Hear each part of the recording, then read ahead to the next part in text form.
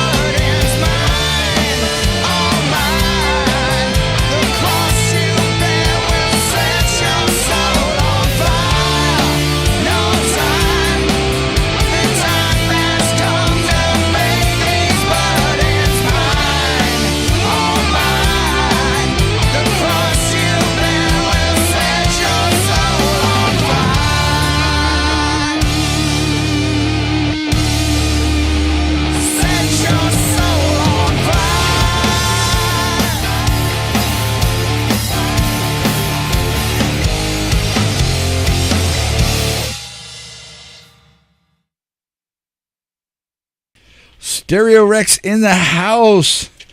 Welcome, everybody. Oh, crazy. How's everybody been? Good. Great. And so we have a surprise for everybody this evening, coming up about midway through the interview. Okay. You guys have your new video out. Released today. Today. I feel special. I don't know if it was intended this way, but if it wasn't, then it just kind of worked that way. Yes, and there's a member of our band, I'm not going to name names. Actually, I could name names, and you would still not know who it is, Right. but it's Brian. You just have to guess which Brian. Right. He has not even yet seen the video, and he's in the band. Oh, yeah, two Brians. Two of the hasn't three. seen the video. Really?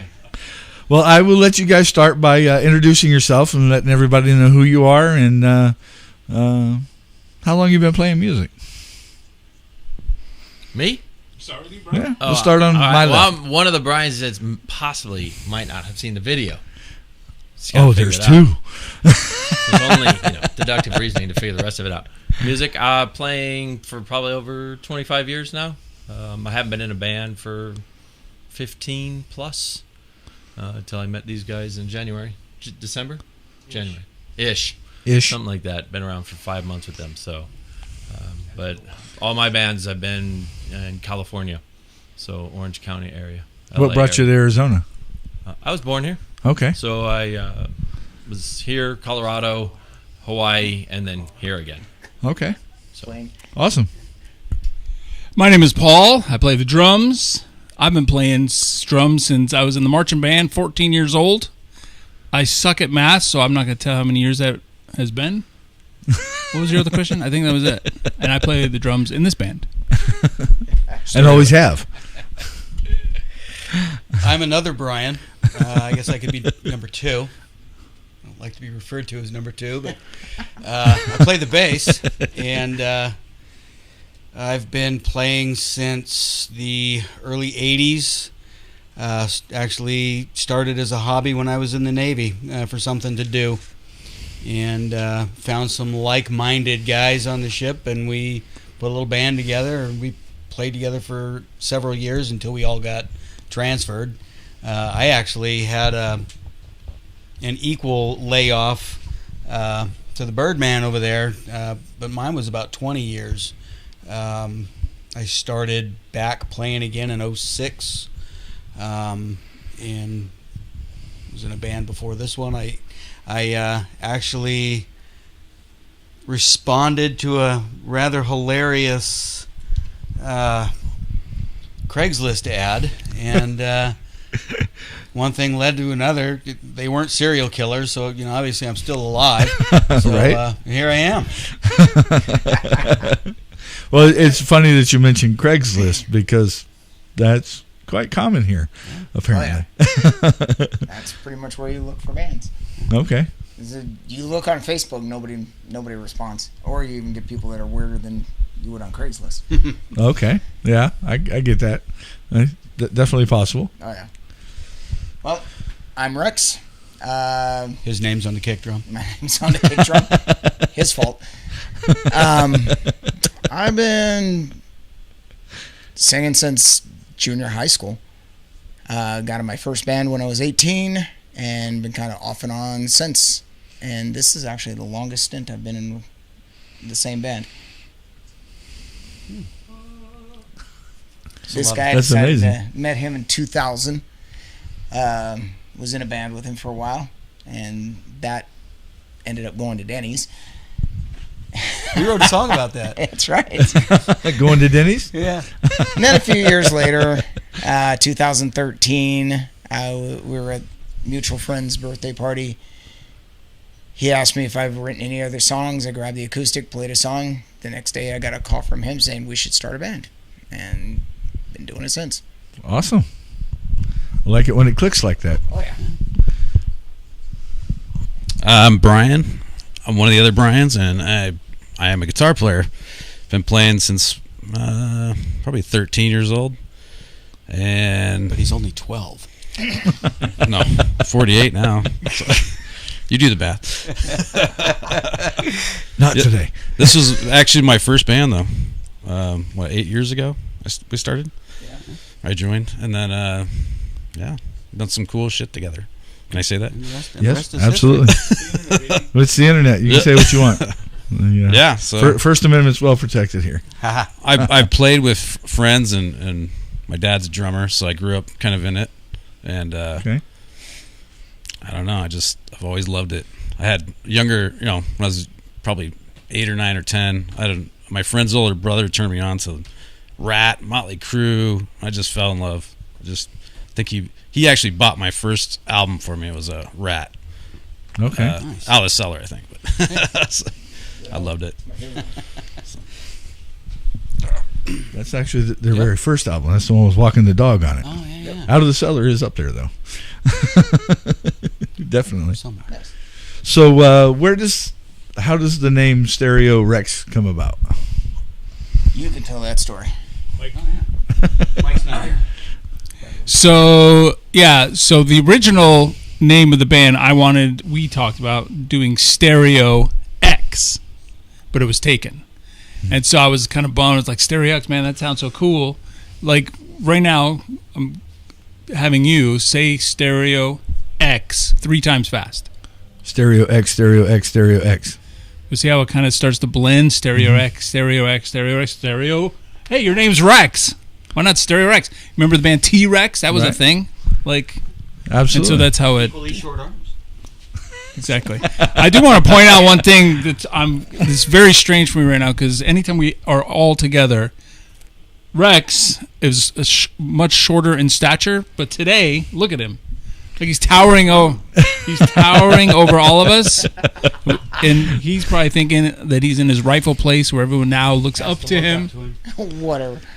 Well, it's the Yeti Radio Studio, so we're kind of like Denny's, since we're getting a new Denny's up the street, and we have booster seats. There you go. I like it. 4 foot nothing.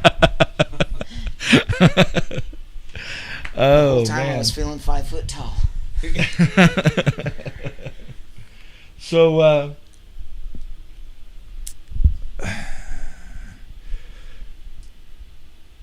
how's it been joining a band that's established, and because you're the newest member and everybody's been around the or a good chunk of the time, so you're the one that's got to come in and learn a lot of music and then learn the people. How is that? What's kind of like a maybe like a process or? Well, right. I've always told everybody, being in a band is the worst marriage you'll ever be in. It's just nothing but a bunch of egos. So it's always hard to like come into a situation where all the members have been there for quite some time. I've joined other bands where the members have rotated more recently. So maybe it's not the 6, 7, 8 years that people have been together. So for me, I wasn't actually looking to join a band, to be honest. I was looking for just a singer for a project that I do, because I have friends. We just kind of were all in different locations, and I just happened to see their ad, so I was like, all right, well, why not? Let's just see what happened. And then so I talked to Paul up front, and he's like, well, we're playing, you can come check us out. So I was like, all right. So I went to go check them out, and Rex was sick. I think he had laryngitis or something like that, or so. But they were still having fun, and I was like, that looks like a lot of fun. I was looking at my girlfriend, I'm like, that, I think I would have fun doing that up there. So and that's kind of what I was seeking when I'm coming here, just trying to have fun versus trying to come in and change things a lot. Right. But it's hard, because now you got somebody else you're used to this 4-piece that's doing their thing, and they're a well-oiled machine. So it's like you have this 5th member, and it's like, well, that's difficult for all of us. It's not just for me coming in, but it's for them as well, because they've got to get used to how somebody else operates. Now there's this whole creative process again, where it's like, okay, if riffs or tunes or songs or stuff are coming out, it's like, well, how do they do it? You know what I mean? And how does that work? And especially when we're all 50 something, so it's like you have to respect everybody's time. Like, everybody has family, everybody has obligations, everybody has something outside of just the band. We're not like 21 trying to make it big in the industry or anything like that. So it's a different mindset, and there's definitely a lot of just like making sure that you do respect their time, but you're still trying to get integrated in. Right, to absolutely. The band, so it's I'm not gonna say it's been easy, but not on their account. It's just because I'm just an introvert, so for me to like try to kind of meld into a band has not always been easy for me with any group. I'm just, by nature, I'm quiet initially, right? So then, Brian, who we also call Bird, is doing a great job. He's writing some great riffs, adding a lot. The four of us, excited to have him. He's got this little, everything he just said, he's got this little wall around him. We're going to pick at it. As you can see, we're white when all, you know what I mean? It's like, join us, bro. See what I'm saying? We needed everybody on the counter to know who the new guy was. Oh, yeah, okay.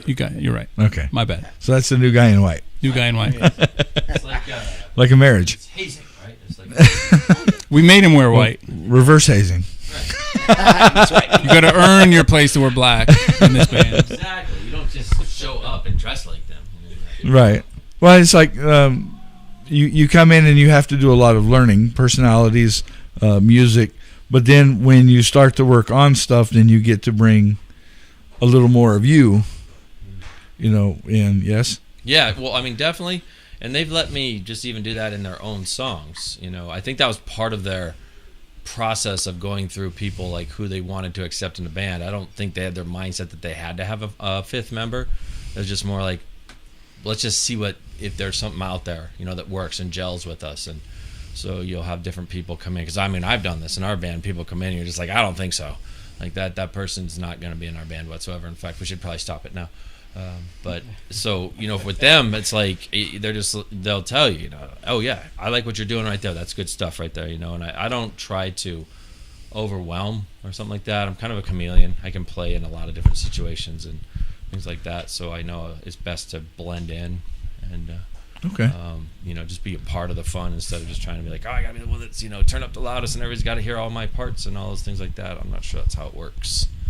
Well, when you go from a 4-piece to a 5-piece, it's definitely there's always teamwork, but now you got a little extra teamwork, especially when these guys have been together as long as they have, and now it's the whole mesh part, and it's it's definitely difficult. I mean, it's like just even from the real estate you have on stage to where you're at in the mix to where just those small things that aren't always thought of when people add another member to the band. To share my side of the stage. Exactly.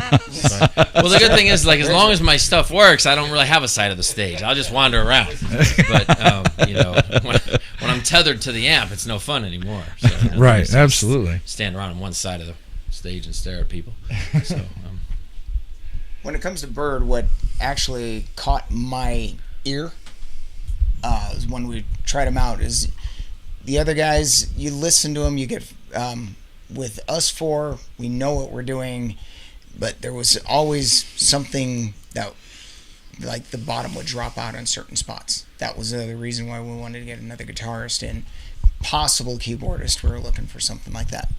And we've had a few people come in and they would definitely stand out a lot. Not the way you wanted them to stand out. Yeah, there was a couple of those. Yeah. Some I'm of them sure. that were really twangy, and someone really high-pitched sound, someone that was playing completely different than what we were actually wanting to play. And when he came in, he listened to the songs.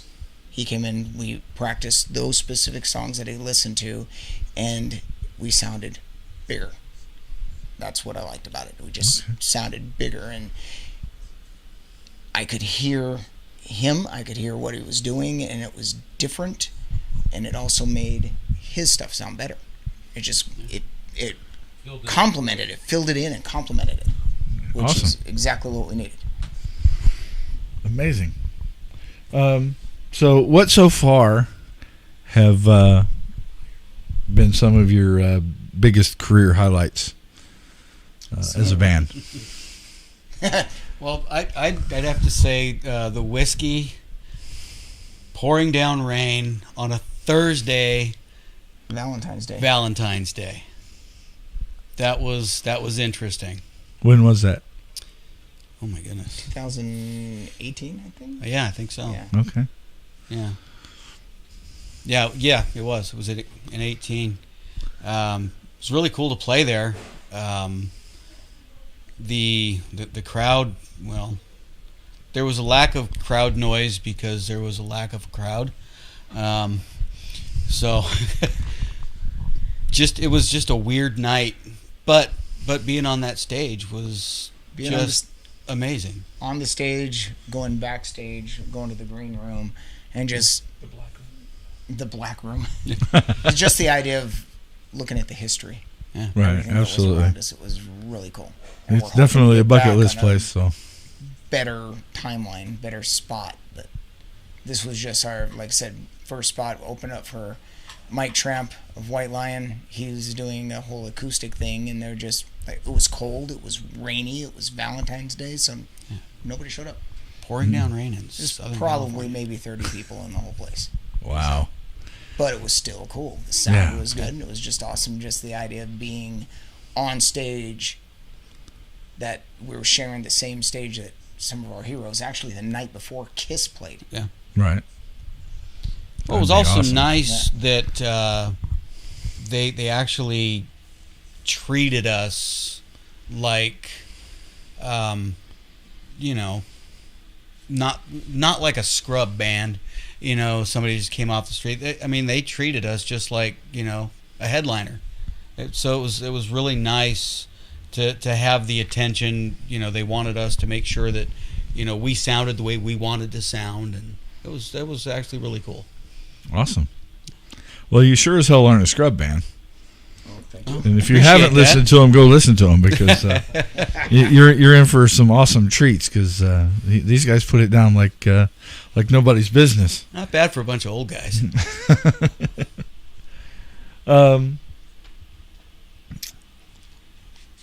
Do we have any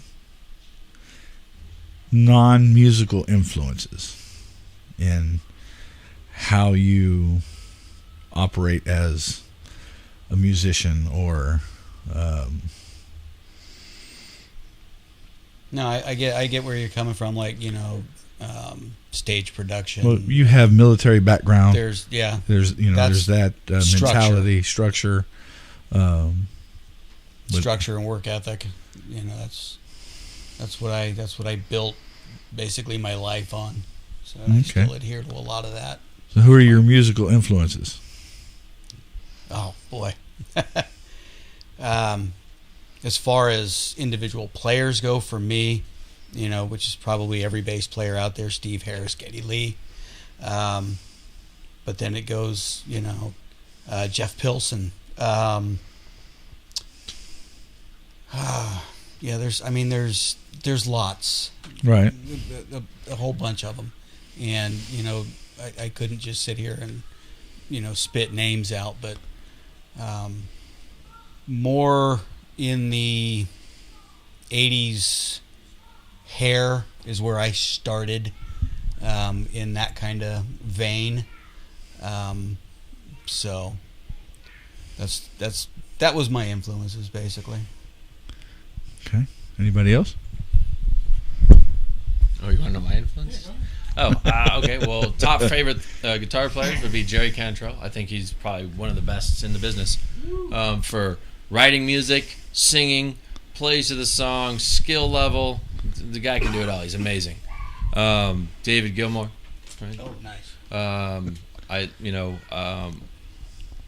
Also just bands that I've listened to in the past that really I don't sound like, but I like, which would be like Caius, which is now Queens of the Stone Age. Like I listen to those guys quite a bit, you know. I also just I'll listen to like BPM stuff, just, you know, EDM music comes up a lot for me, you know, reggae, just things. Yeah, it just really depends on my mood. I mean, I kind of all over the place. Blend in all over the place. So when people are like, oh, you know, if you write music, what do you sound like? Well, I sound like me 100% of the time, so which is nice. So I don't have to worry about competing with anybody or sounding like anybody else. Right. So, but there's not like one sound or anything that I'm ever going for. You know, if I just sat down and wrote my music for just me or for my purposes, it doesn't sound like anything that would, you know, would even be for their purposes. You know, if you're like, oh, let me listen to that, and they're like, no, we're not going to play that. So, you know, and I think that's kind of with most of us, you know, we all kind of get into some other genre or something else like that, you know. So I can just tell you, if you see a red velvet Jeep driving down the road, there's probably going to be a lot of T-Swift, and it's going to be real loud, and I'll have a little 15-year-old girl next to me, so I'm not sure if that's an influence, but I have to listen to it. This is for my daughter. Absolutely. Been there a couple of times and getting ready to revisit that a couple more times. So Nice. Exactly. Can't discount any of it. It's all good. Cool. So, am I next? You're next. Sure. So, drumming wise, I know he gets a bad rap, but I've always been a fan of Mr. Lee, Tommy. I when I was much younger, I wish I had focused more on being a better drummer than looking cool. I was really focused on the hair flips and the stick twirls. I'd probably be a much better drummer if I had focused on that aspect. But I loved like Chad Smith, Alex Van Halen. Those are drumming wise drummers that I look up to. I'm just a big fan of all music, really. When I'm driving and drumming along to stuff, it's like the 80s stuff, like Boom was saying, the Dokken and Billy Idol, and but even more like modern stuff that's out today. Again, I have a teenage kids, and so I'm being turned on to a lot of new music as well. So Awesome. yeah, that's my answer. I'm going to stick with that. Why not? Mine, I'm kind of all over the place. When I was younger, I was brought up on Neil Young, America, more of the folky sound, and Simon and Garfunkel. Yep. The harmonies, that's what drew me into music more than anything else, was just listening to the harmonies when I was a kid. And then it got to Southern rock. My mom loved country. I could not stand it. It's grown on me now, but I couldn't stand it before. So the closest rock that she would tolerate me listening to was Southern rock. So Leonard Skinner mainly. yes. But from there, what drove me to want to be a vocalist and want to be a singer was David Lee Roth. Just his entertainment value. The guy he's a simple, plain voice, but the way he runs his voice is almost like Frank Sinatra. He's almost like a lounge singer, and because he wavers off and it comes back. Right. And just how he entertains, how he draws the crowd, that was the main thing. And then it goes into further Jerry Cantrell as far as writing. Miles Kennedy, his vocal abilities, his technique, and how he controls his voice. And I'm kind of everywhere when it comes to that, so that kind of explains my writing. If you listen to the lyrics, if you listen to how I'm singing, you can hear little bits and pieces of everything. Absolutely. Which makes it And me. it helps me understand more to what I've been listening to. Yeah. Knowing that, because I hear the differences and just kind of wonder. So that definitely helps. Okay. I'm actually trying to get, speaking of David Lee Roth, I'm trying to get Rex, since now I know he's an influence, to do that splits off the drum riser thing. Yeah, that ain't happening. We got to work it out, man. We got to stretch you out somehow. Wow. Limber you up. Oh, stretch you out, limber you up. Nobody wants to see that. Oh. I'll do the splits, hit the high note once, and that's it. I'm done. I'm retiring. He'll save that for the retirement show. As for me, guitar players, 80s. It was all about the 80s when I was younger. So, Randy Rhoads, Zakk Wylde, Slash. And then it's funny because I was never a really big classic rock guy until I got into this band. And, I got into Jimmy Page and, Led Zeppelin, like my 20s. But they're, having me learn. We do covers too. It's not all originals. We have cover nights.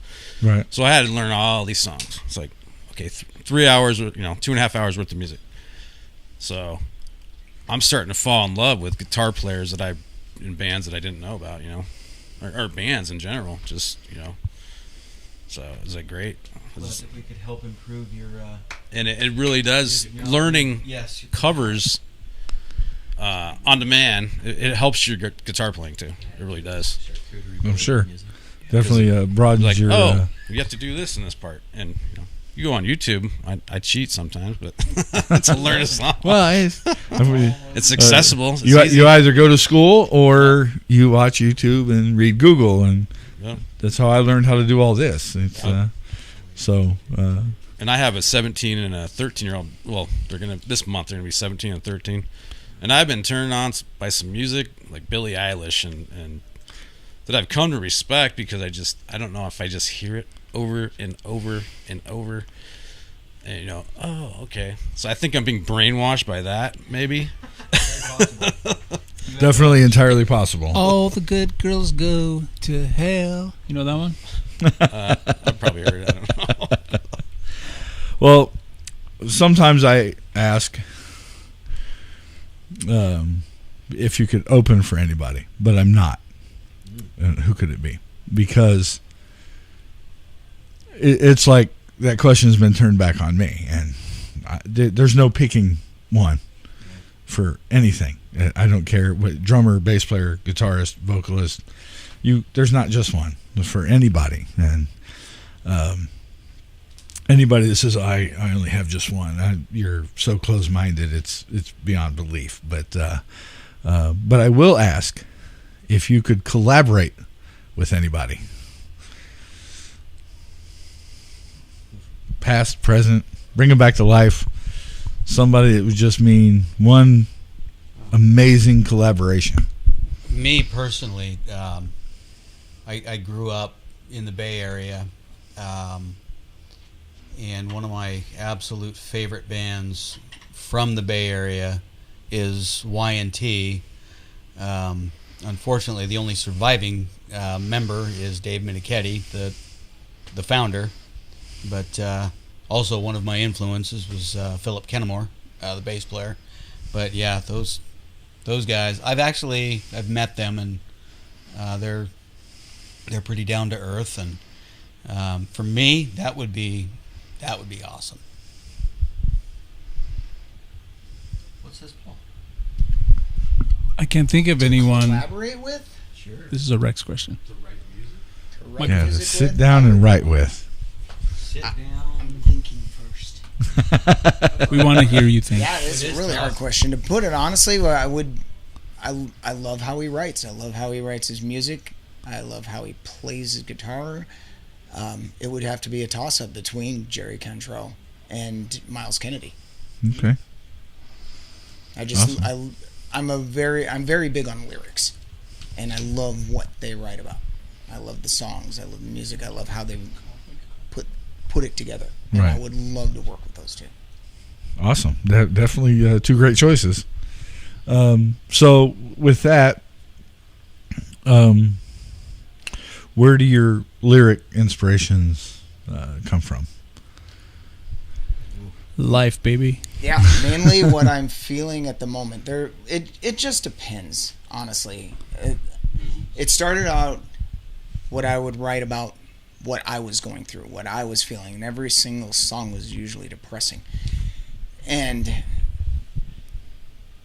it got to where I was able to, I can't say I was able to, it sounds so egotistical, but where I started working on listening to other people talk to me and what they're feeling, and so I try to put music to what I think they were going through, or what we wrote a song called Home. My youngest daughter passed away, and I wanted a song that was for my grandson, and I was trying to put together what I think she would be saying to him, what she would want him to know. Okay. And That's amazing. That's kind of how I write when it comes to that. And then there's putting with Paul and with Bird, especially. These guys, he'll come up with hey, write about that, and he'll put a title. So I try to build a song around a title of a song. And with Bird, he plays it, sends me a riff, actually, an entire song most of the time. And he'll go, this is what I'm feeling. It's got to be like, I'm thinking of upbeat party, just think of the band hanging out. So I zone in on that. Okay. So I kind of try to write on that. So do you guys have any pre-show rituals? I know Crunch and I share one. Jack and Coke, baby. I was going to say Fireball. Sometimes Yeah. Fireball, Fireball, okay. sometimes a Fireball shot. But, a little Jack and Coke to take the edge off. Always get a little bit nervous before we play, or at least I do. I'm terrified. Yeah. So, a little Jack and Coke takes the edge off. That's my ritual. I don't know, as a band, As a band, we Let's used not to. suck. Yeah. As a band, we used to get together just before we go out on stage and just say, perfection is for recording. We're having fun. Absolutely. Well, and as a music fan, I understand that. The studio and the CD is the as perfect environment as it's going to get, and it should be that way. But when you get on stage, again, like you said, have fun. Warts and all. Give us a show. Yep. And you can get in the studio and sing and get on stage and blow it, or you get on stage and make it. And I think because I think they hear the music first and then they see them, and I think when they see them is a determining factor for further success. Yeah.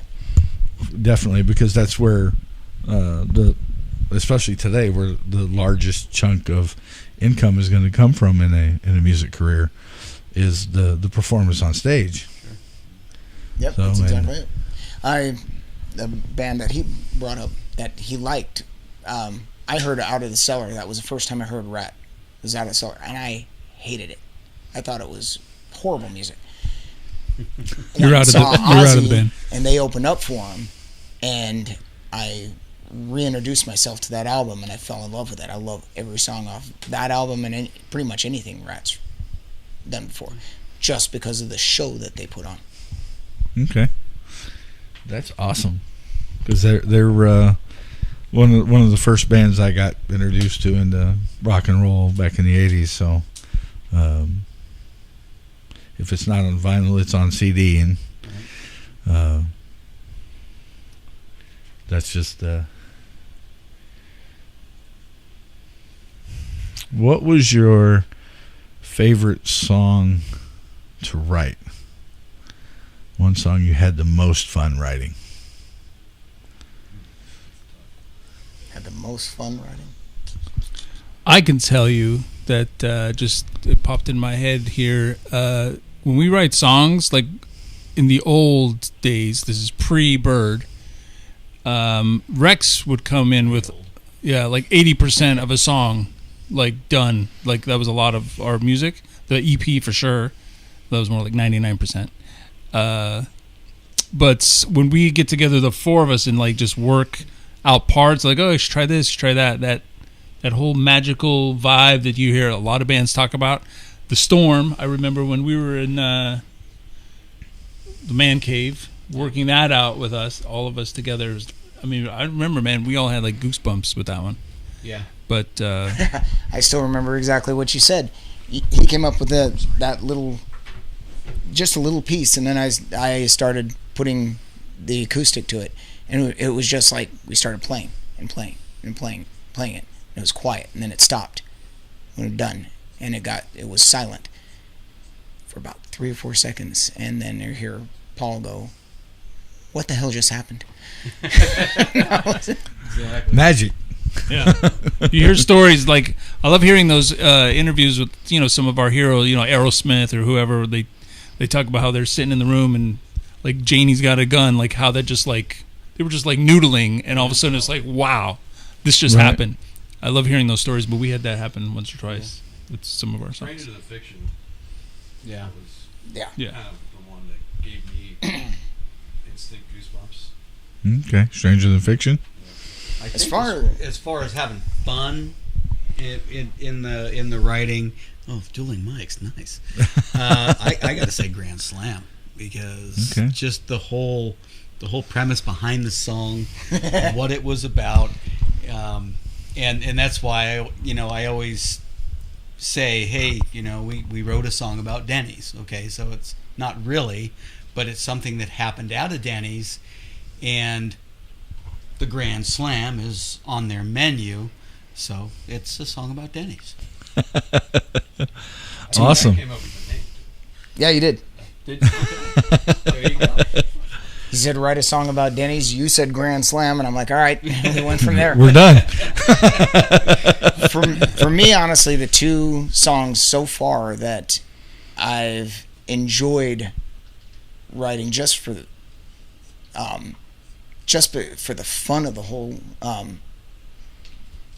sound of the song and the whole process was I Need You, and a new one that if you haven't been to a show you haven't heard yet was Let It Ride. Okay. I Need You I liked because Crunch put together the riff, most of the song, and it just had this groove to it, and I immediately started writing it, and it was me and you were just sending it back and forth. Do this, and then we got into the studio and started building it. With Let It Ride, that was Bird's first song that he came in with, and he came in with the whole idea of the whole structure. And I think this is cool. It's actually been working really well. He comes in with the whole structure of the song, and then these guys change it to fit, and it's just how watching it go from this and then build into something completely different and thicker and better and different riffs, just different measures and pieces to it. It was really cool. Okay, awesome. Well, Bird, being the new guy, what's your favorite to play? Oh, from theirs? Hmm? Oh, Dodging Bullets and Grand Slam. Those two are the best songs to play ever. Dodging is like one of my favorite songs. I can't get. That's when I kept going back to the video and I was like, "This song's awesome." Great. I get a chance to play it. It's just the riff is awesome. Same with Grand Slam. That's an awesome riff that I don't know. I'm sure it's probably Crunchy came up with but it's like that. Yeah. But it's like it's an amazing riff. You know what I mean? It's like in the tempo, it's just like spot on. The chorus is good. The hook's good. The middle's good, you know what I mean, and all the like you hesitate like to use the word like antics, but like all the stuff they throw in there with all the yes and the bird chirping and this and anything that they do and the chicken and you know and when they're in the middle of Grand Slam, you know, it's like you can just hear, it's almost like someone just like they've covered their mouth over the microphone. They're just going you know, you got this little thing going on. You know, it's just like all that stuff is what makes those songs like really fun. So. If I bring something, you know, like Let It Ride, like I always just tell them, like, look, you have to SR it. You know what I mean? Like, I can't tell you how to play the part. You know, I can't tell Crunch how to play it. He has to play what his version of is it, because that's what he's going to play when he plays it live. He's not going to play my version. He's going to play his version of it. And so I would tell him, you play it how you want to play it. Like, I don't dictate. This is just an idea, and you figure it out, you know, and you go from there. And it doesn't matter to me like how the song really ultimately comes out, because it's not going to be what I originally thought, because you have 4 other people that have got to put their stamp on it. Okay. You know, I just came out of I have another guy that it's just kind of a project-based thing, and I mean, I'll come up with a song, and I'll be lucky if 10 seconds of what I came up with even made the actual song. So I'll come up with something, and I'll play you the end product. It doesn't even sound anything like what I started with.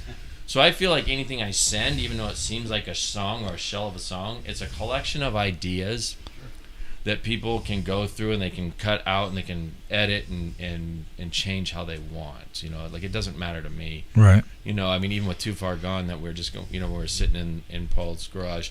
It's like the ideas start coming out, and then they're like, we should do this here, and we should do that here, and we should stop here and put this in here and change this, and then if something's not working, and then you know, and now you know, you start talking about where you want to articulate things and whether it's repetitive, you know, and things like that, because it can't be how I just hear it, you know. Right. They've got to put their stamp on it, or else it's not going to be fun for everybody to play. Nobody wants to just go up there and just play something that's, you know, they're relegated to playing. And it won't be us. And it won't be them, you know what I mean? Right. Like the whole idea is that it's got to sound like Stereo Rex, right? Right. It can't just sound like, you know, any one single person. in the And band. as guitar absolutely. players, you don't want to be playing the same thing all the time. Right. Right. If he's playing the same riff as I'm playing, it's not. It's cool. You need that in certain instances where you want the low end, like Dodging Bullets, Right. or Grand Slam. you want to at least have those bass notes. Right, like unison playing is awesome for effect, right? At times, like it's like in your face. But that's another thing. When I come in and play their songs, it's like, okay, I'm not always going to play the same thing that Crunch is playing. Right. You know, like I can play the same. Sonically, we can cover more if I know where he's at, or if we have the ability to go back and forth. If he knows that I'm on, the lower end and dodging, and he wants to go to a higher end part of it. You know what I mean? Or he just wants to goof off. You know what I mean? It's Right. like, then he can do that.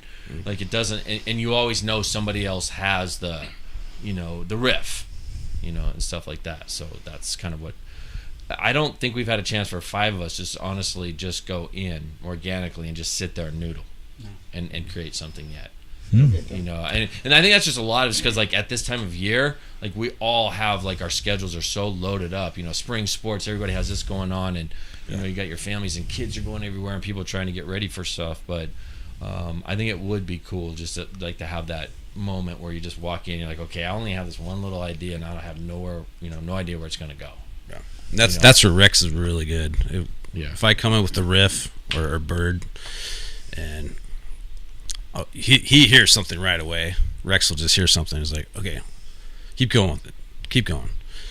Okay, so we keep going. It's like, okay, why don't you make a change here and do this and do that, and before we know it, we have a song, and we record it.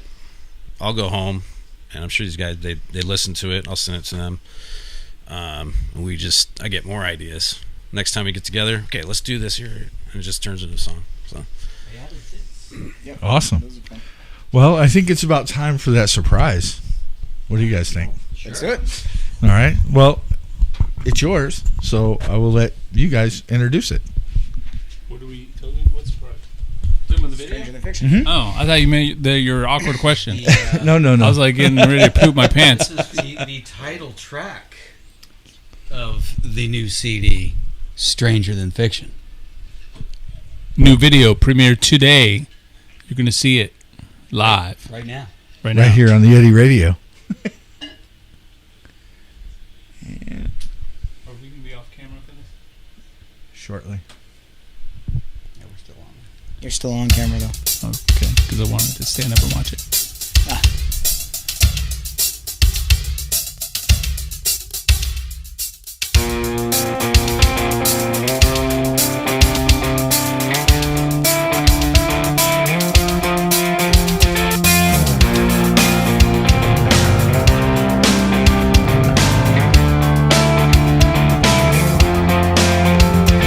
Awake at night, I reach out for your hand.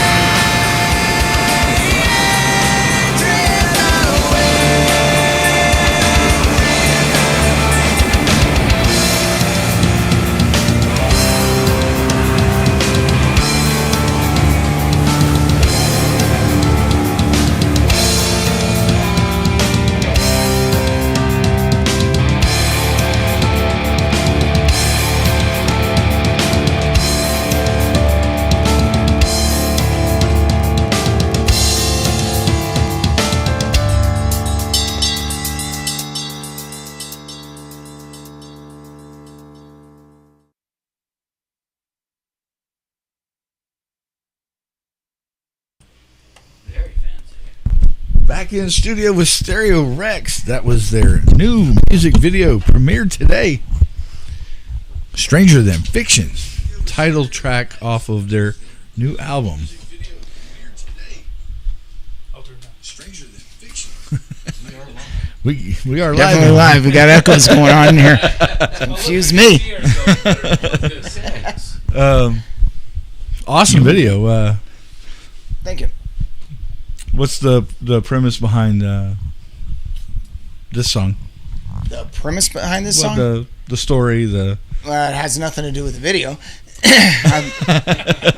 Basically, the story is about the story behind it is someone who has it all. They have it, and they have a good life, and they keep throwing it away. They keep being stupid and throwing it away, and it's one of those you don't know what you got till it's gone. Now they're just fighting to get it back. What they've messed up on, what they've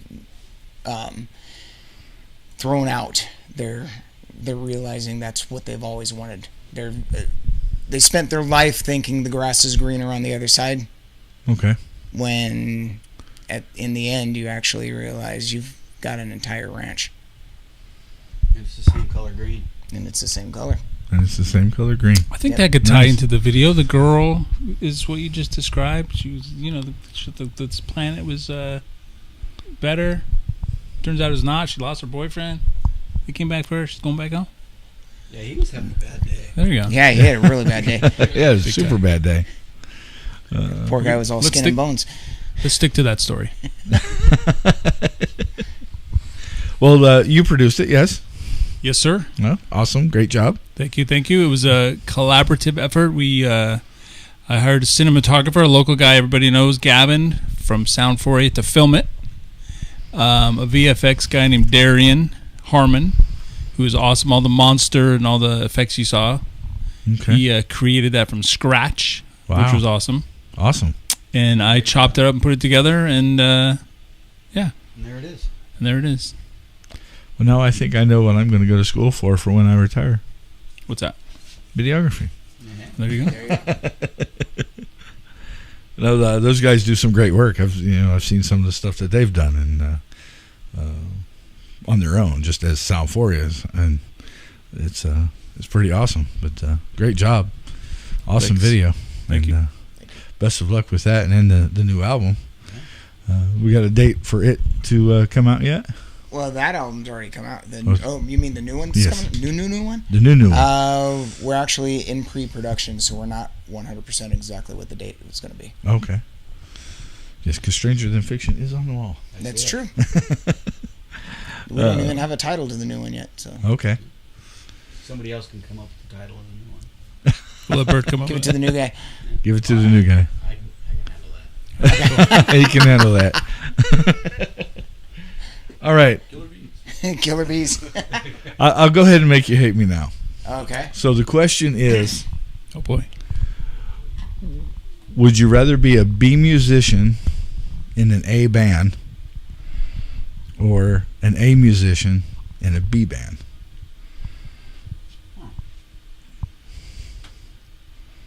I don't think that question is awkward. I just think it's confusing. Am I the only one who didn't understand the question? Well, I'm not an A musician, so I'm going to go with yes. You're the only one that did not understand that question. If you're an A level musician, Can you dumb it down for me like I'm a 2-year-old? if you're a level 1 musician in a level 2 band, or a level 1 band as a level 2 musician. Are you mediocre with a bunch of people that are really good? Are you really good with a bunch of people that are mediocre? Or is it a band full of mediocres that are really damn good? Have you ever seen the movie Moneyball? Yes. Okay. How did he put that team together? Okay. It was a bunch of average players that knew their part and that knew it well enough to where they won the championship. Absolutely. I think that's kind of pretty much how we all feel about it ourselves. I think of these guys as better musicians than they think of themselves. The way I see it with me as a vocalist, look at Ozzy. Ozzy is really good because of the musicians he surrounds himself with. Right. And that's what I feel like. I feel like I've got my sound, and I sound better than I actually am because of the people that I surround myself with. Okay. And there's a lot, and over the conversations that I've had with other interviews, there's a lot of bands out there that when you take that band and break it apart and make it go solo, they don't. You know, Kiss was probably one of the better examples when they did all their solo stuff. Oh yeah. You know, it was good music, but it was not. I think collectively it might have been 3 good songs. Yeah.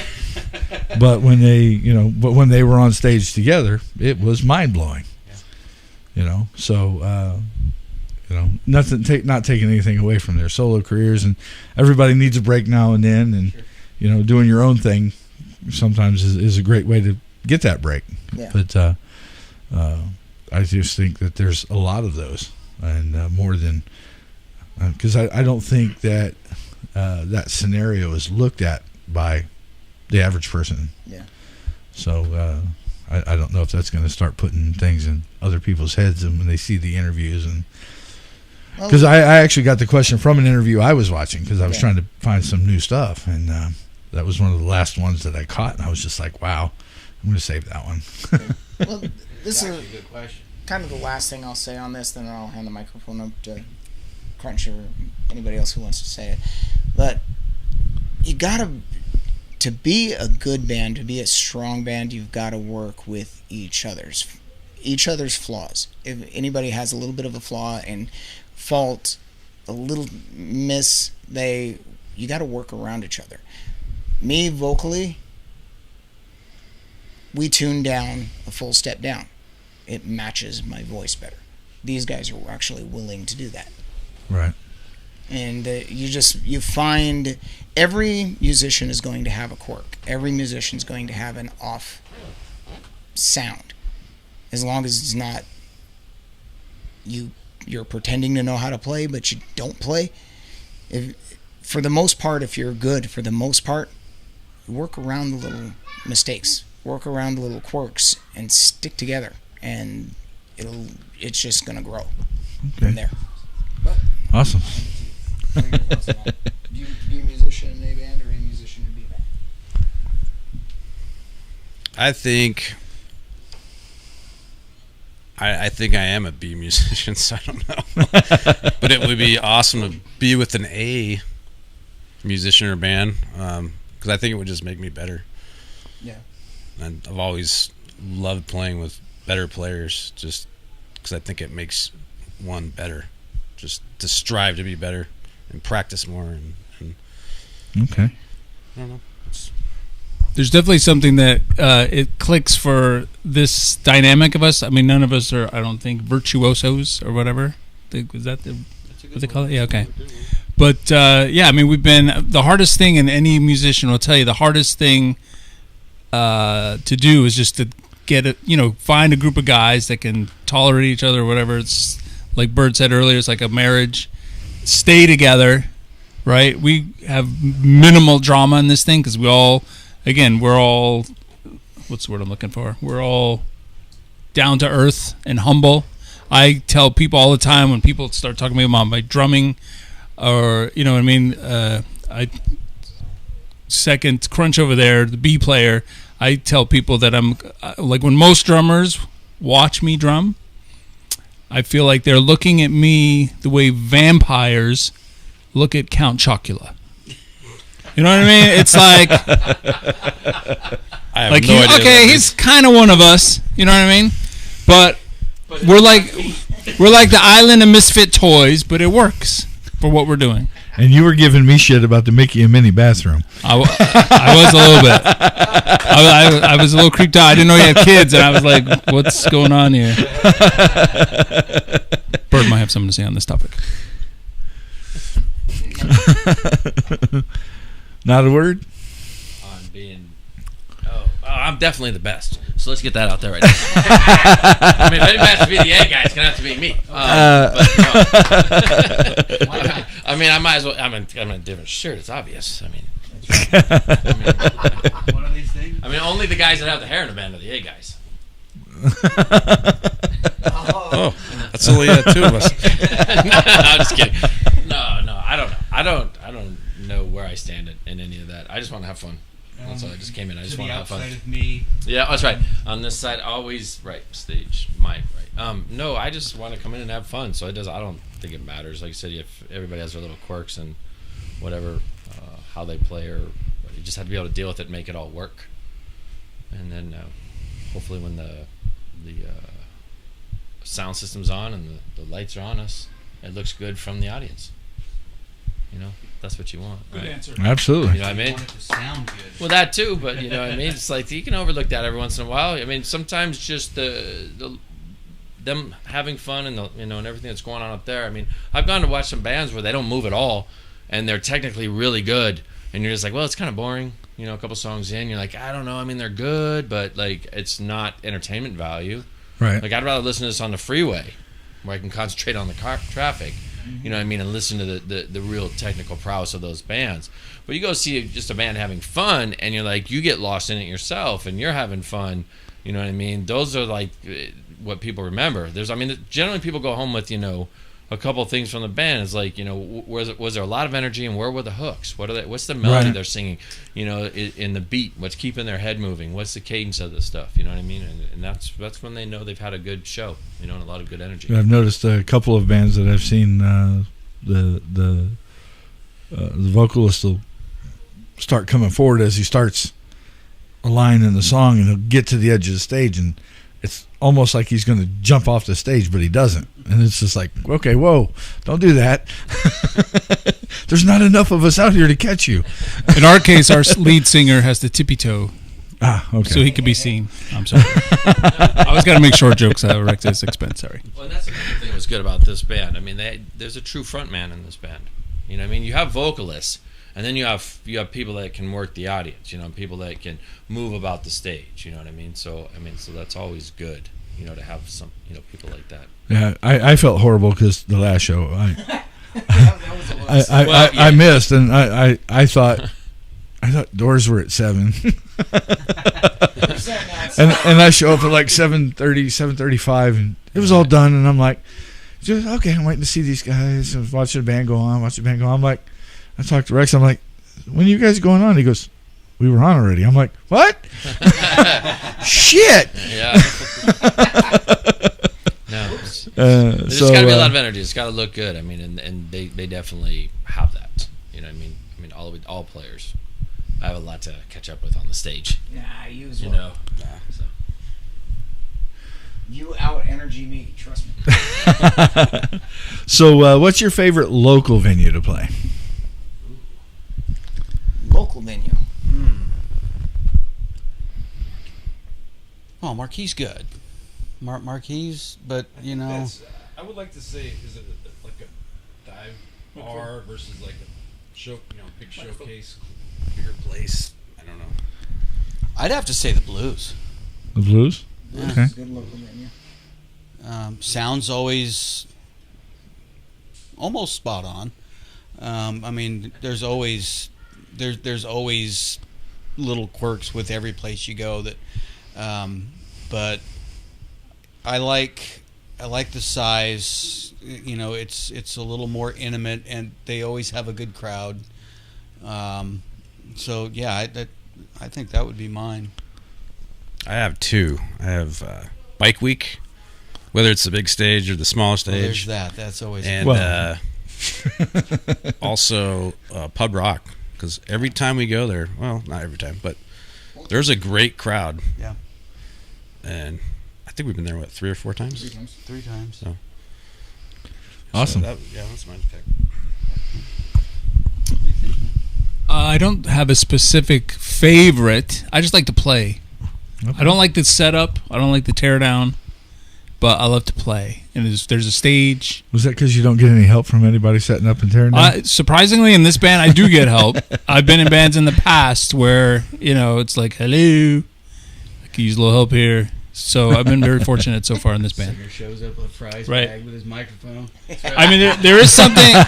There's something to be said about playing on the big stage. You know, like at the Marquee Theater, we've been fortunate enough to open up for some national acts and stuff, and that, you know, is a great feeling or whatever. But it's also cool to be in the smaller clubs. Like we played tons of like the Gypsies Roadhouse, for example. It's like a little dive biker bar, but we had some of our best, Chopper Johns. yeah, the best, most fun shows that you know, they were just great. They It were was a fun. party. And Yeah. that's what that was going to be my choice, was Gypsies Roadhouse. It just feels like home. Okay. It's a little dive bar, but love the owner, love the owner's wife. The staff is there. There may be 30 people there when we're there, but it's just always a good time. Right. It's always Yeah. fun when you're there. It's always got a good vibe. Yeah, you never know who or what you're going to see. Yes, there you go. Okay. What's the strangest thing you've ever had happen on stage? Tom Jones. They used to throw underwear at Tom Jones. Come on. Okay, strangest. Oh yeah, we had a lot of those girls on stage. I've had a couple, the bike week, with all the dancers joining on stage with us. Every song. That was fun. Yeah, that was really getting me trying to figure out my lyrics when that was going on. Squirrel. One time, there was one time at Gypsies, this 3 people came in, and they were just enjoying it. And one of the girls was so drunk, and she kept trying to do this like Stevie Nicks dance, and her dress was a little too high, and she didn't have anything on under it. And I was like, okay. Peekaboo. Then the wonderful surprise when I was at the Blues. We were playing at the Blues. These people come walking up, and I'm singing. This girl comes walking up, and it almost always happens with somebody motion you over. You go and they say you sound really good or something, or hey, do you know this song? So that's what I'm expecting. I go like that, and she looked down, she goes like this, and I look down. While I'm singing, she sticks her tongue in my ear. I think that means you're singing good. I guess I think I was good. Either that or I was singing off and she was trying to clean it. Oh, you got something on there. Come here. So that's, to me, is the strangest things on stage. Well, I have a favorite comedian, and he has a bit that he's doing, and somebody gives him a gift. He pulls out his T-shirt, and he looks at it, and he laughs, and he turns it around and says, I went to Iowa, and all I got was this T-shirt and a blowjob. And I'm like, all right. I guess that's an offer. That's funny. So, yeah, that's definitely cool, though. So back to the venues. If you could play anywhere in the world, anywhere, Madison, Wembley, Red Rocks. Red Rocks. O2 Arena in London. Oh, yeah. I'd have to agree with the Red Rocks. I'd play anywhere outdoors. Like, that's my favorite venues. Are always stuff that's outdoors where crowd can be a little bit, they can move around a little, feel a little bit more free. You know what I mean? Stuff like that. And I used to live 15 minutes from there Yeah, that's... when I lived in Colorado, so I could go there all the time. See any good shows there? Some, but I actually enjoy just going and watching like movie night. Okay. They just have movie night. You just go there and really? watch it. Okay. But I've seen some shows there. So when I lived in Colorado, so I saw the Police when they came through. So on their tour, so I saw them at the Magnus, and then we saw them there. Okay. Yep. That had to be a blast. Yeah, good stuff. Awesome. What about you? Anywhere? I would say Red Rocks as well. I don't know. Outdoors gigs are also always fun. I'm gonna be different. Rock in Rio. I'm gonna be different. I'm gonna go Madison. Madison? That'd be pretty cool. Everybody stayed local. Awesome. Yeah. Well, not local, but stateside. Yes. Want to play in Australia? That would be cool, too. We've had a few people ask when we're going to go to Australia. Well, I need to know. That way I can let my friends that are over there know. They'll go see you. That or New Zealand. Hey, Stereo Rex Tour sponsored by Yeti Radio. Let's do it. Wait till I hit the lottery. There you go. I'm gonna hold you up on that. Let's see. Well, you guys have played down in Tucson recently, yes? Have you played before then? Have you played down there before then? No, that was the first time. Where was that at? The Rock. The Rock. Okay. How was that? Was it good down there? It was good. It was fun. Yeah. Nice stage. Nice sound. When we first accepted that we were going to go play at the Rock, I had flashbacks to the mid '90s, where I took my son there to see Avenged Sevenfold and Killswitch Engaged before they were really anybody, and the place was an absolute dump. It was an open floor with a stage and a bar in the corner, and when I walked in there, I was pleasantly surprised to see a really nice professional stage, sound system. They'd completely redone everything in there, and I was like, okay, I don't feel like, I'm either going to catch something or die. Right. So yeah. Okay. But that was a really good experience. Crowd was decent. So I'd go down there again. Absolutely. Well, if you like outside venues, some guys were just down there, House of Bards. Yeah. They got a little outside stage that I hear is pretty amazing. Yeah, So that really does look amazing. I saw some of the pictures. I have not got to make it down to Tucson yet because of gas prices and two little ones, but I'm definitely wanting to try and make that happen. So I don't think the little ones would fit in the gas tank. Maybe.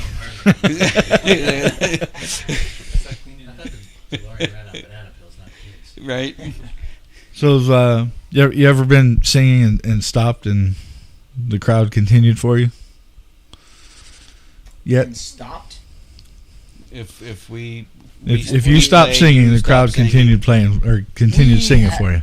We have. There's been a couple. Not where we're singing and all of a sudden we stop and we just hear them, but when we're kind of like drawing them in. Okay. You get to sing with us. We put the mic out. Yeah, I've seen that. That was one of the greatest moments I recall when we got to open up for Adelita's Way, and we were doing our stripper song, "Dirty Sexy." And right. We, it's the chorus is super catchy. It's how's it go, Rex? Come on. Round and round and up and down she goes. Well, sing it for us, baby. No, okay. By the time the chorus came around the second time, I mean, we were playing it. And it's just, so we were as close as there was a couple, cute ladies in the front, and they were like mouthing the words. By the time it rolled around again, I was like, wow, that's cool. Mm-hmm. That they caught on quick to that song. Awesome. So that's a good feeling when people you don't know. Right. I mean, my kids sing our songs all the time. Right. But people you don't know that haven't met, are like singing your songs and stuff. That's pretty cool. Awesome. And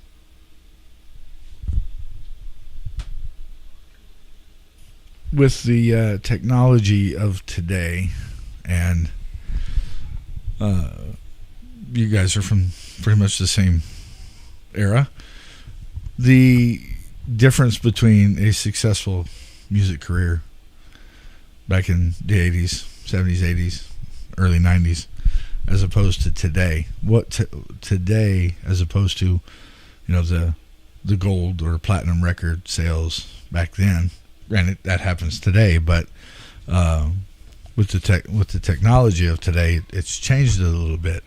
So, what do you consider as a successful music career today with all the other avenues? I guess it would have to be downloads, views on your videos, things like that. As far as a music career, we're at least me. I'm not in this to get big. I like to play shows. I like to put on a good show. Not in it to get rich, because that ship sailed a long time ago. So I'm going to say something that sounds kind of like a Tony Robbins bullshit cheesy thing, but it's really true. I feel like we're already successful. I mean, success. I mean, again, I go back to the statement I made earlier. The hardest thing to do. I know a lot of musicians, a lot of local musicians, the great players. I'm friends with a lot of them, and they're over it. Right? It's too hard. I gotta go. I gotta deal with this and the gigs and tearing down gear and arguing over this and that. Just finding a group of guys that you can gel with and keep it going.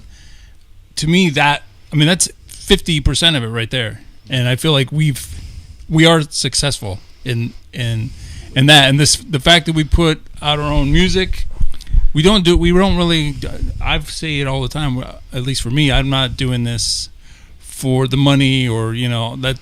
Like Boom just eloquently said, that ship sailed. But we're doing it for us. Some guys, when I'm at my day job, people find out I play in a band. Like, oh, that's cool. I'm like, it is cool. Some men, they go hit golf balls, right? Right. I'm not a golf guy. Chase after them. Yeah. Then why don't they put the holes closer together? I don't get it. Why don't you play baseball? When you hit the ball, they throw it back to you. There's a lot of men. They go and they like to rage and go to the Cardinals parking lot and do tailgating. I don't know.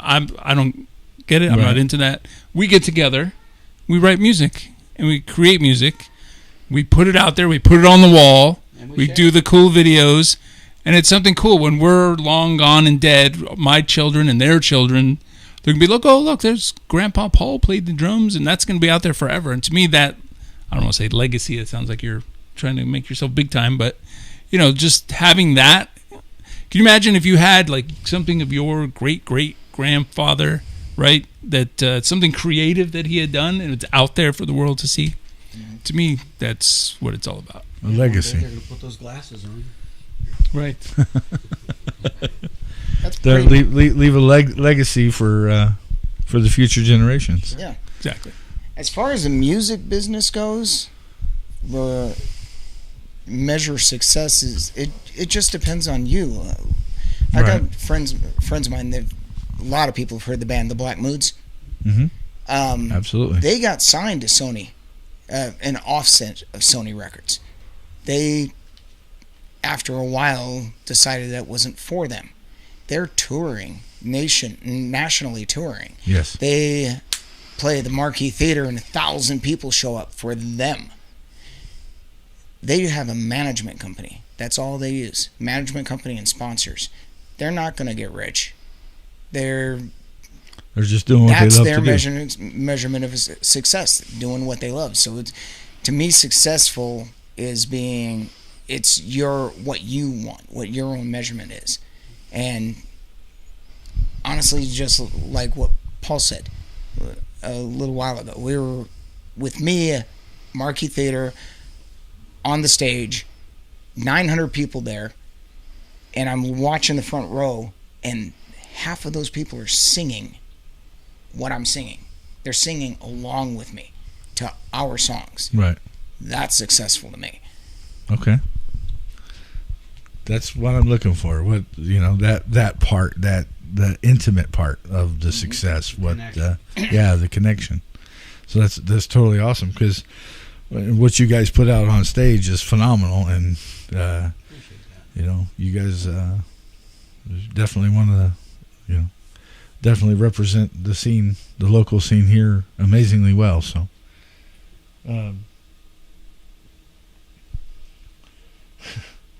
What's the... he's laughing. You Mike, I'll let you answer that one. Well, no, I just try... there's some songs... Or, not songs. There's some questions that you ask for everybody, and there's some that you don't ask because they kind of don't fit, so... and they're all together, so it's trying to...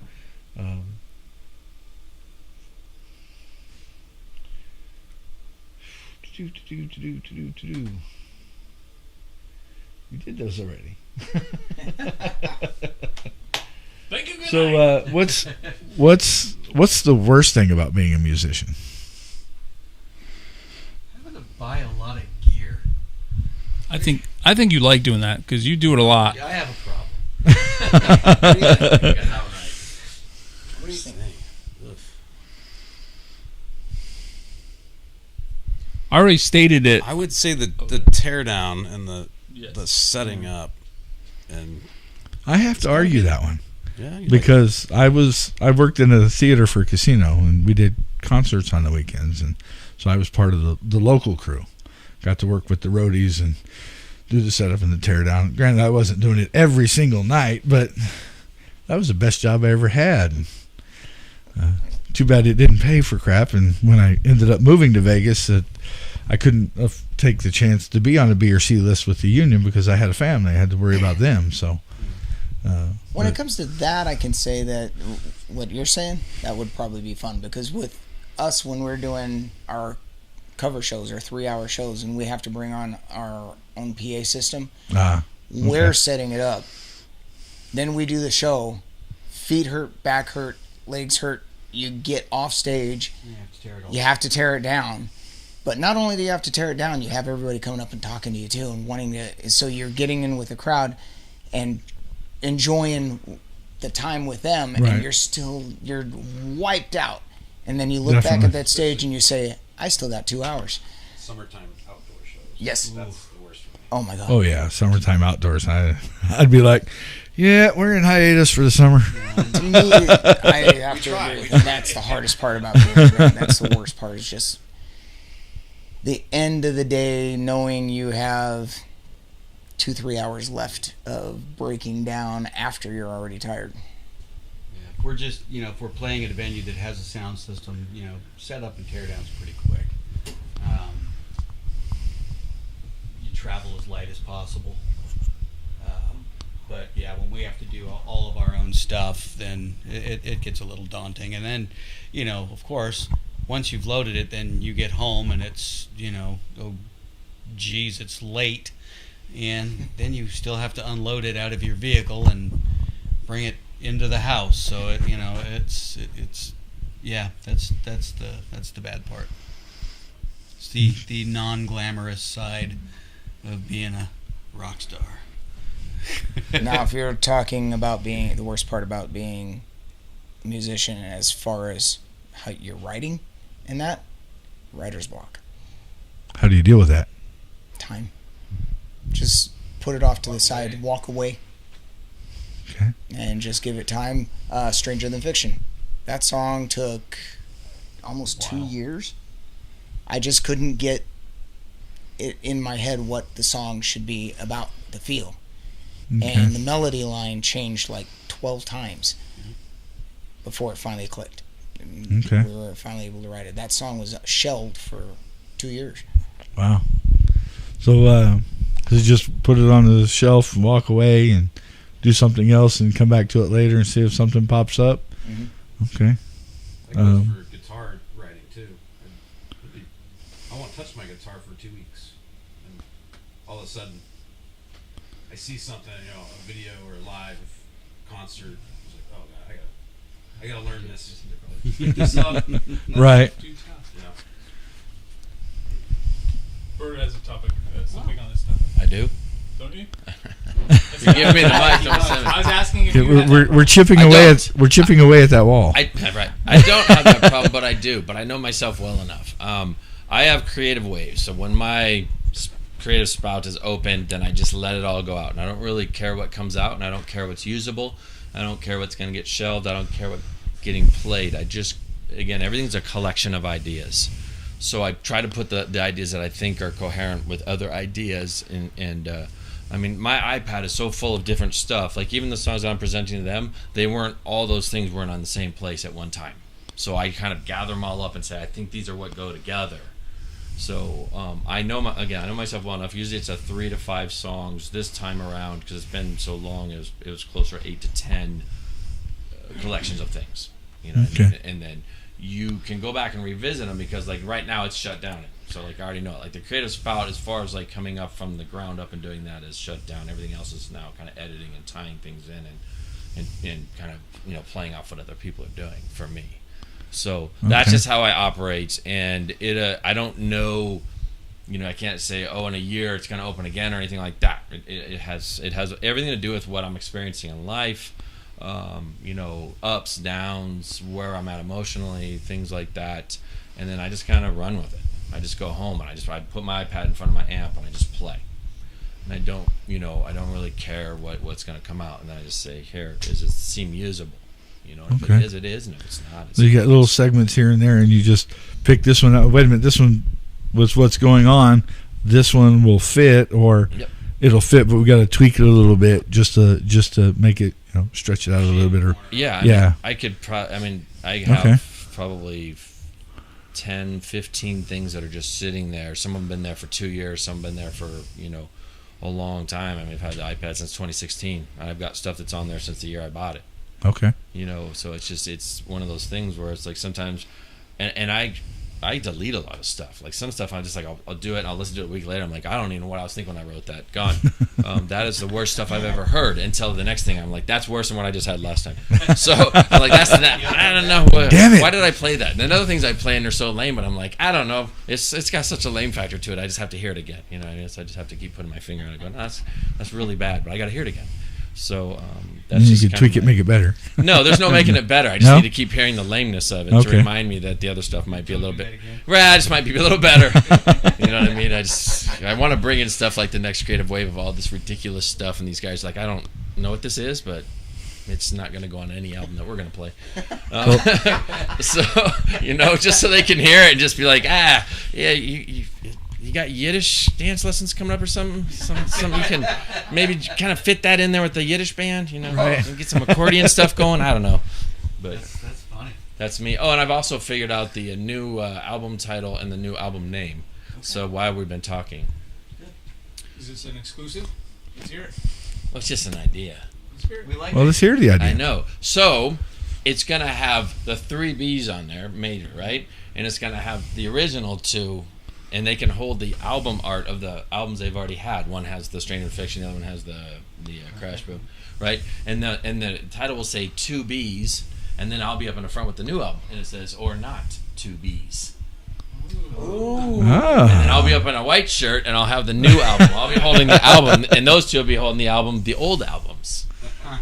That's awesome. 2 B's or not 2 B's. Nice. I'm just that kind of Shakespearean. So let's see. We've got Saturday, June 24th at Gypsies. Yep. And 25th is up here, but there's nothing saying where it's at. Is there? In July? June 25th? No, it's a July 25th, isn't it? Well, it says June 25th at 1 a.m. Should be the 24th to the 25th. Okay, that's all for yeah, because it starts all from for 9 Gypsies. p.m. and 1 a.m. the next day. All right. Okay. So 9 to 1. We like to cover our bases. We do have another one July 29th. Yes, We'll be and at Rebel Lounge. Rebel Lounge with Malo de Don't you have a Dentro, July the 15th? Empire of Desire, and Torso. What? I thought you had to reschedule July Oh, 15th. yeah. On July 15th. We'll be at the Hideaway. I haven't The put Hideaway. that back up yet. Oh, okay. Awesome. This guy's birthday party. Birthday party. Oh, really? And the Hideaway is where? Cave Creek. Cave Creek? Okay. I'll have to map that one. It's a biker bar. Oh, no. It's really cool. I think I know where it's at. I've got a buddy that lives over on that side of town. And if you like 80s bands, if they live here, they're usually at the Hideaway. Okay. Awesome. And the new record's going to have, you decided how many songs it's going to have? Not yet. Not yet? 36. 36. And then you'll whittle it down to... 2. Oh, so we're going to do an EP. We're going to do this a little bit different Okay. because last time we opened up for Adelita's Way, we were talking to the singer and he was asking us how our band is going. And how's your writing? How's everything going? Oh, we still got the album out. And he goes, when did that one come out? About 8 months ago. And he goes, no. He goes, that's not how you work nowadays. He goes, you have to do a couple of songs. He goes, you write, record, release it. Write, record, release it. Then when you have enough and you think you pick the songs you want on the album, okay. you do the album. So that's what our plans are: 2 to 3 songs at a time. Release them once every month or two, Okay. and then whatever. Do some singles and then Yep. boom. And whatever the people that the listeners to like them, the listeners like them, we'll put them on the album. Okay. Once There you they go. have enough songs, we'll put them on the album. That's a definite positive marketing scheme. Yeah. Put on the album what people like. All right. Well, everybody, this is Stereo Rex, and thank you for joining the Yeti tonight. Thanks for having me. Thanks for letting us here. It's been an honor and a pleasure, and I look forward to seeing you guys on stage some more. Remember, you guys were one of the first bands that I ran into when I started doing this on the local level. And when I tell people that the stars and the planets have to align for things to happen, it took 6 years to get to meet you and then get to see you on stage because of just the way life goes. Yeah. For me, a lot of it in the earlier times was just the fact that it was way on the other side of the valley. Yeah. But today things are a little different, and I can't go that far now. But it's been a pleasure, and I've followed you for quite some time, and it's been a pleasure watching your journey so far. It's been impressive. So keep up the great work, and again, thank you for joining me. And everybody, Stereo Rex. See you. We're gonna close it out with probably my favorite, because it just sounds fun. Sounds like you guys had too much fun doing this song. Here they are with Wake Up, right here on the Yeti Radio.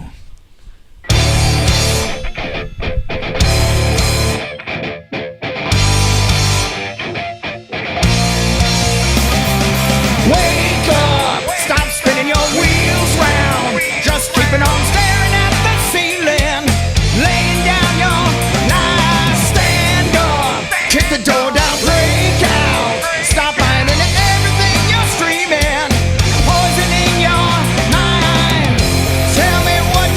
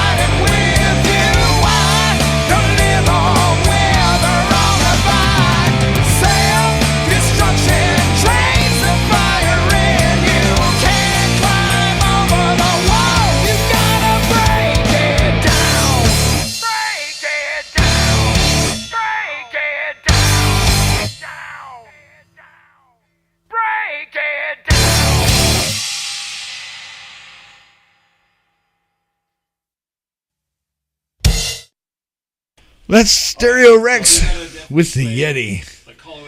And they're hanging out. And thank you for joining us. And check these guys out on social media, Stereo Rex. And have a great night. And thank you for watching.